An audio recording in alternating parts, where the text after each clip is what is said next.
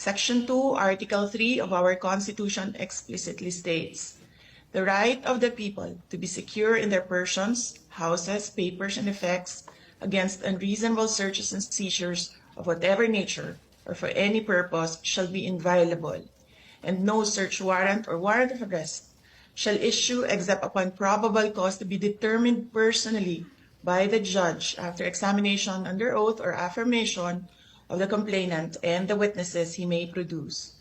and particularly describing the place to be searched and the persons or things to be seized.